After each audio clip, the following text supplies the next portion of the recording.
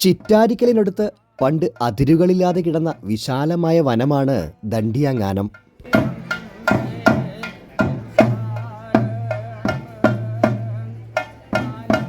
അതിരുകൾ കാണാനാവാത്തതിനാൽ ഈ വനത്തെ കാണാക്കാവെന്നും കൊലസ്വരൂപത്തിന്റെ വാചാലത്തിൽ വിശേഷിപ്പിക്കാറുണ്ട്.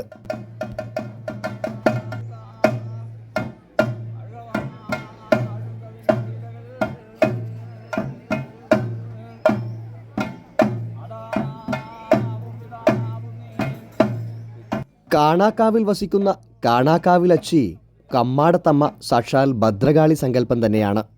ദേവിയുടെ ആഗമന കഥ ഇങ്ങനെയാണ്.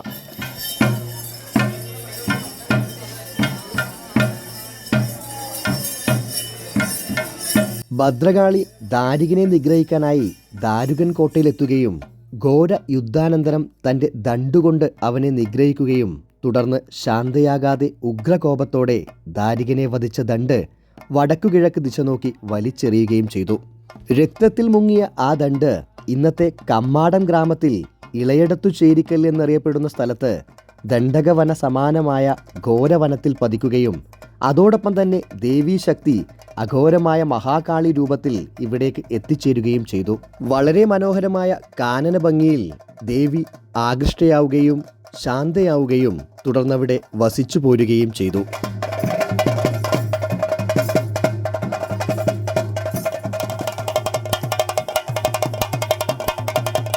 വനത്തോട് ചേർന്ന പ്രദേശമായതിനാൽ ഇവിടെ ജനവാസം വളരെ കുറവായിരുന്നു.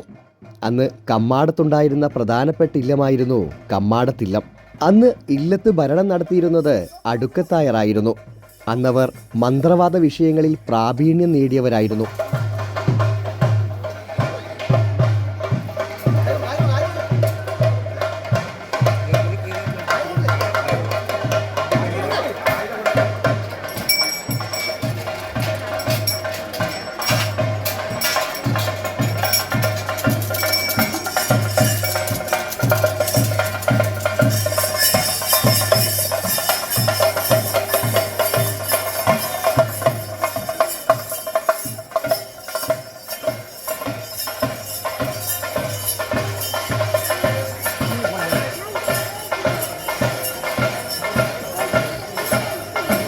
ഇല്ലത്തെ പ്രധാന ആരാധനാമൂർത്തിയായിരുന്ന രക്തേശ്വരിയുടെ ആഗമനത്തോടെ കൂടുതൽ പ്രബലനായ അടുക്കത്ത് തന്ത്രികൾ തൻ്റെ മാന്ത്രിക താന്ത്രിക വൃത്തികളിൽ തുടരുകയും പിൽക്കാലത്ത് കൂടുതൽ വസ്തുക്കൾ ആർജിക്കുകയും അവയിൽ കൃഷി, കന്നുകാലി വളർത്തൽ മുതലായ കാര്യങ്ങൾ നടത്തിപ്പോവുകയും ചെയ്തു.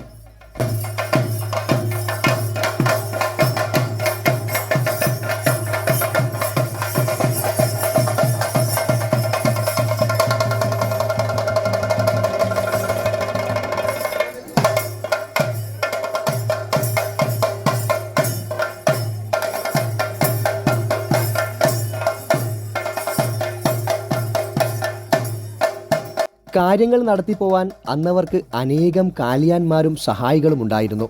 അവരിൽ പ്രധാനിയായിരുന്നു കടയങ്കൻ. ഒരു ദിവസം കറവയുള്ള ഒരു പശുവിനെ കാണാതാവുകയും കടയങ്കൻ അതിനെ അന്വേഷിച്ച് പുറപ്പെടുകയും ചെയ്തു. എവിടെയും കണ്ടുകിട്ടാത്തതിനാൽ അതിനെ തിരഞ്ഞ് ഭഗവതി സാന്നിധ്യമുള്ള വനത്തിൽ പ്രവേശിക്കുകയും അവിടെ ഒരു പശു പാൽ ചുരത്തിക്കൊണ്ട് നിൽക്കുന്നതും കണ്ടു. അതിൻ്റെ സമീപത്ത് കാട്ടുവള്ളികൾ കൊണ്ടുള്ള ഒരു ഊഞ്ഞാലിൽ ശുഭ്രവസ്ത്രധാരിണിയും സർവാഭരണ വിഭൂഷിതയുമായ അതിസുന്ദരിയായ ഒരു സ്ത്രീ ഇരുന്നാടുന്നതും ശ്രദ്ധയിൽപ്പെട്ടു.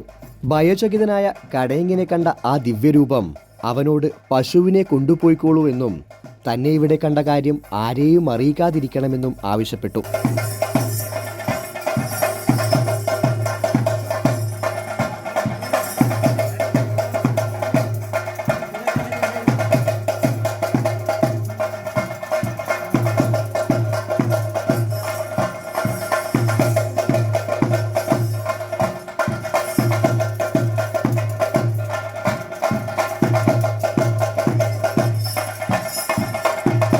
ഇല്ലത്തെത്തിയ കടയങ്കന്റെ പെരുമാറ്റത്തിൽ സംശയം തോന്നിയ അടുക്കത്ത് തന്ത്രികൾ കാര്യം തിരക്കുകയും കടയങ്കൻ കണ്ട കാര്യം പറയുകയും ജ്ഞാനിയായ തന്ത്രിക്ക് കാര്യം മനസ്സിലാവുകയും ചെയ്തു.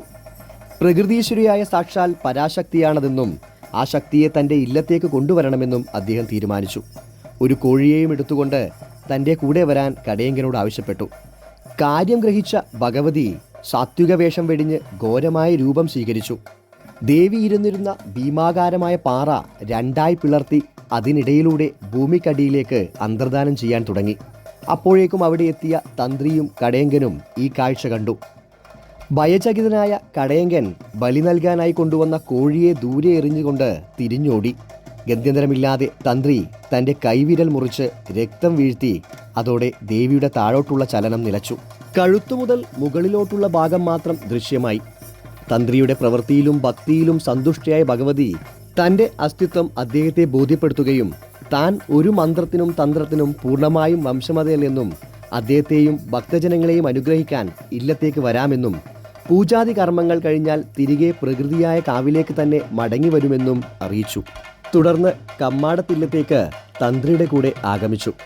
ഭഗവതിയെ കണ്ട് പടിഞ്ഞാറ്റയിൽ ഇരുന്നിരുന്ന കമ്മാടത്ത് ചാമുണ്ടിയമ്മ തൻ്റെ പീഠത്തിൽ നിന്ന് എഴുന്നേൽക്കുകയും ആ സ്ഥാനം ഭഗവതിക്ക് നൽകി തൊട്ടടുത്ത ഉത്തമ സ്ഥാനത്തേക്ക് അടൂർ ദേവനെ ദർശിക്കത്തക്ക വിധത്തിൽ ആസനസ്ഥാവുകയും ചെയ്തു.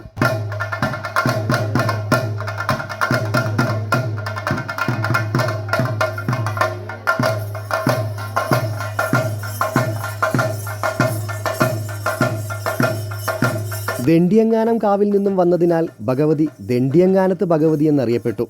ഭഗവതിക്ക് ആദ്യമായി സ്ഥാനം നൽകിയ കമ്മാടത്തില്ലമായതിനാൽ കമ്മാടത്തമ്മ എന്നും കമ്മാടത്ത് ഭഗവതി എന്നും അറിയപ്പെട്ടു.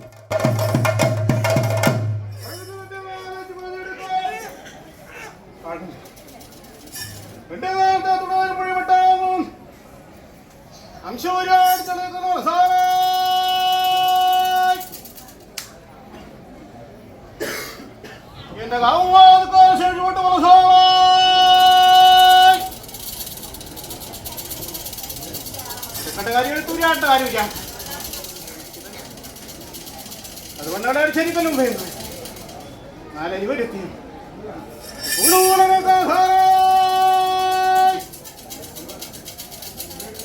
ആധാരങ്ങളുടെ കാര്യം പറഞ്ഞു ഒരാളത്തായിരത്തെടുത്ത് എനിക്ക് നന്നായിട്ട് വേട്ടം പെണ്ണം.